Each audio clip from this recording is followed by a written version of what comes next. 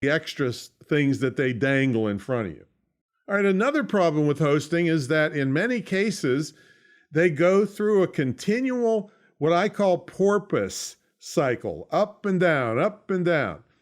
See, let's say they provide really good service. So all their customers brag about them, and then they get a good rating on some internet magazine or some top 10 hosting service list, something like that.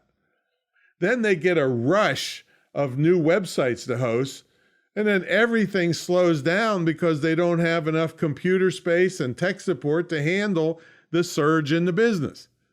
What's the result? Your website slows down. You can never get anybody on tech support phone.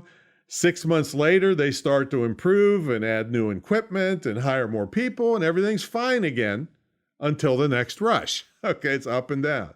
I've been through lots of these cycles over the years, and sometimes it's just not pretty. I mean, I get mad at them, they get mad at me, but unless you're willing to spring for the money to be hosted on a dedicated server, that's where yours is the only website on one of their server computers, which I'll cover a little bit later, you've got to live with what they give you. It's just too difficult to move to a different host every time you have a little trouble. And where would you move to? See, the next host could be just coming off their high of good service in that cycle, and then in a few months, your website would be no better off than it was in the old hosting company. All right.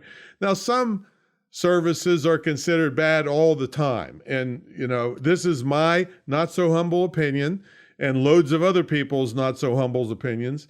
But GoDaddy is terrible for hosting. They cater to people that do not know any better, and they put probably thousands of little dinky websites, and they know you're never going to make anything out of yourself. And so you'll never even notice or even know how to evaluate if the hosting is any good. Now, they're fine for buying domain names as long as you don't get caught up in buying a $2 domain name and you're